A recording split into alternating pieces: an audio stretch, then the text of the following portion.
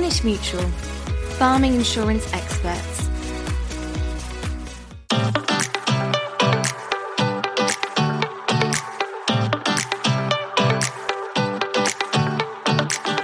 Hello and welcome to this bonus episode of Farming Focus, the podcast for Southwest farmers brought to you by Cornish Mutual. I'm your host, Peter Green. We're following on from last week's main episode where we spoke about grants by asking what would happen if government support completely disappeared. Joining me again, Jeremy Moody from the Central Association of Agricultural Valuers and Nick Dymond from St Piran's Pork. Gentlemen, we talked a lot about grants and schemes in the main episode, but what happens if they change again? I mean, at the moment, it feels like we're getting changes quite often. What would happen if they perhaps disappeared altogether? Jeremy, your thoughts first, please. Well, of course, the first point is that for area payments, as we have known them in various guises since 1993, have gone.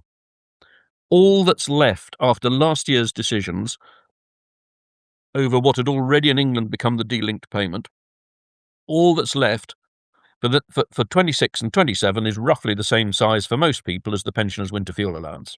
Yeah. So that what was BPS is now down to a few £100s. It's down to capped at 600. And so somebody who was receiving 500,000 is getting 600. Somebody who was receiving 30,000 is getting 600. Somebody who was receiving 15,000 is getting 300. So the payments have already gone.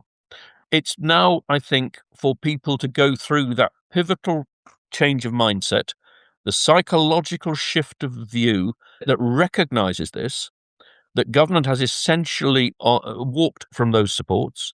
Government tells farming it's a business, and they keep using the words in ways that seem to mean it, and with the regulatory consequences and the rest. And then say, but now how do I run things? How do I do it? And there we will have the whole range of reactions in the early days.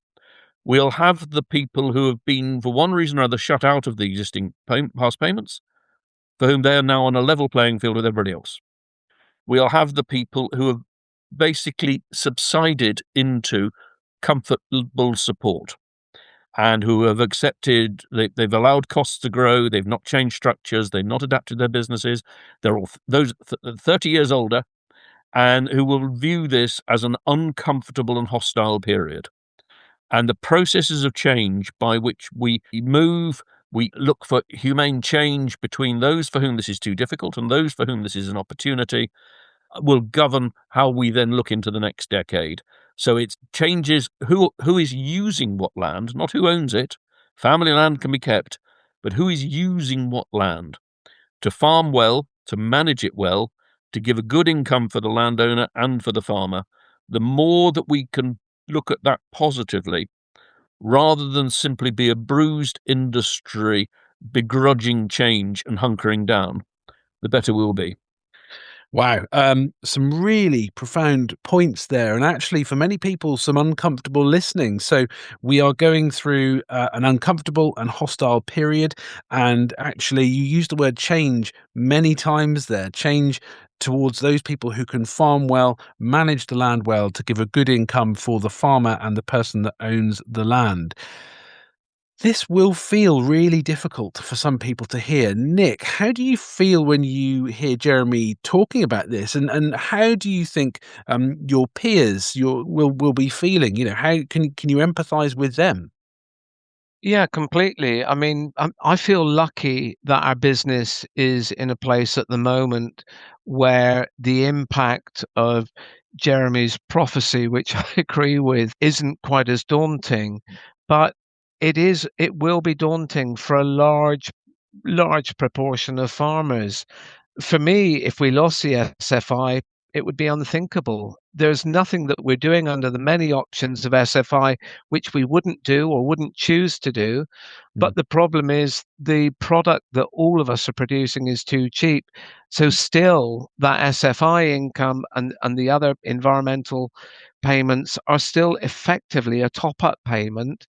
We shouldn't need paying for those environmental good things that we perform. We shouldn't need paying for them. They should just be a day-to-day part of our farming, but we need paying for them because there's still not enough money left in what we're producing. So this is really interesting. We're getting away from the hypothesis around what, the situation if we have grants completely removed, but we are getting onto a really important point, which is around food and the value of food and whether or not farmers and primary producers are fairly remunerated for it. Jeremy, what are your thoughts on this? I think this is where a real challenge lies. The working capital and the risk that farmers are assuming, and bear in mind climate change, extreme weathers are bringing more risk.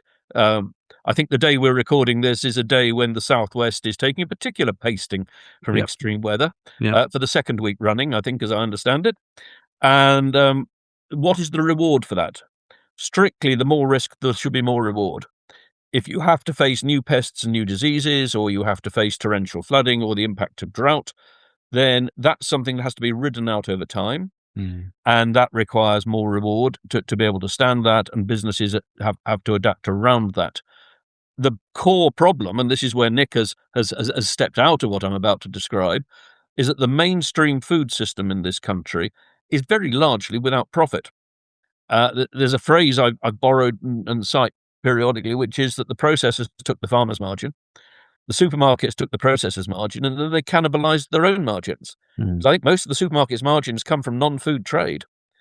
It's the food that gets people in, and leave aside the questions of imbalance of market power and so on that are also in there, or just the sheer awkwardness of a small business dealing with a very, very large business.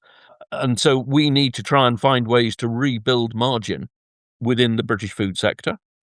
And this is where there's some thinking, obviously, in Minette Batter's report, and she and I would both, I think, agree on the desirability of promoting British exports, more opportunities for us to sell, but also, if you are in the export market, it drives a particular competitiveness that's actually valuable for the whole sector. And even more so, it gives somebody for the supermarkets to have to bid against. Can you just go a little bit further on that? The benefit of that being? The benefit of that being if we've got somewhere else that will pay better for our produce, right, then there's a value for supermarkets in domestic produce, not just for its branding, but for its convenience to them. And that may begin to rebalance things where they too have to compete. Yeah. Okay. So we've gone quite existential here. We've zoomed out a really long way, which is fantastic. I love these conversations. But actually, on the Farming Focus podcast, we try to be nothing if not supportive and to be able to provide tips and advice for our community, the farmers in the southwest of the UK.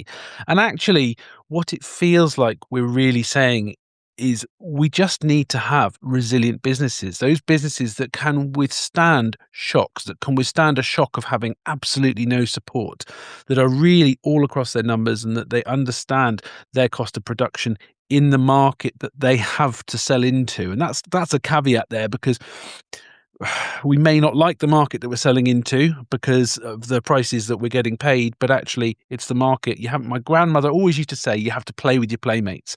And that's the situation that we're in. So resilience is where it feels like we are. Is that fair, Nick? Yeah, completely. Yeah, and that's not peculiar to our industry. There are many other industries, some that have fallen by the wayside, others that still hang in there. I think sometimes as farmers we think we're a bit special, and yeah, it's a unique industry and a unique lifestyle that we lead. But we're not alone when it comes to working for slim margins at high risk and needing to build more resilience. And we just need to figure out ways to do that.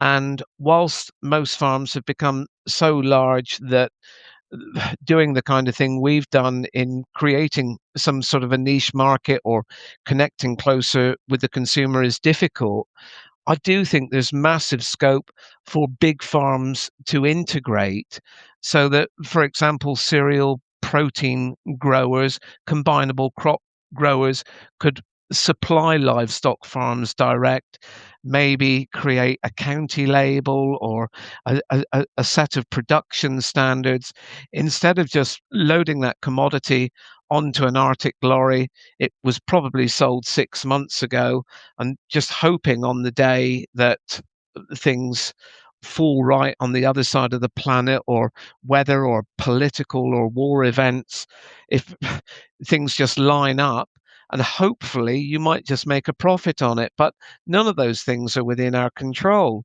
And that's a large part of the problem, that we're hugely efficient as an industry in what we do. The way we've driven efficiency and productivity since the war is astounding, but yet our profitability and our vulnerability has plummeted. There's some thank you for that, Nick. There are some really fascinating points that you make there.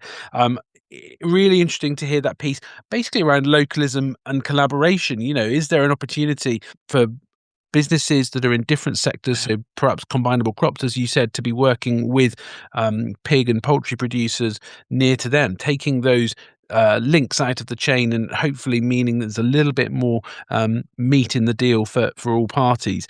Really great to have those thoughts, and that collaboration is something that we hear again and again on the Farming Focus podcast, and the idea to work more locally in smaller area clusters is something which feels like a direction of travel, and perhaps the facilitation fund that the government have recently announced may help to that end.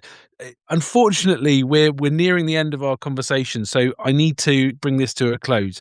But I'll ask you both, if a farmer listening wanted to be less reliant on grants and wanted to have that resilience in their business that we spoke about in let's say 3 to 5 years' time, what's the first thing they should do? Jeremy, your thoughts? Well, the first observation, I think, on that is that farmers aren't average.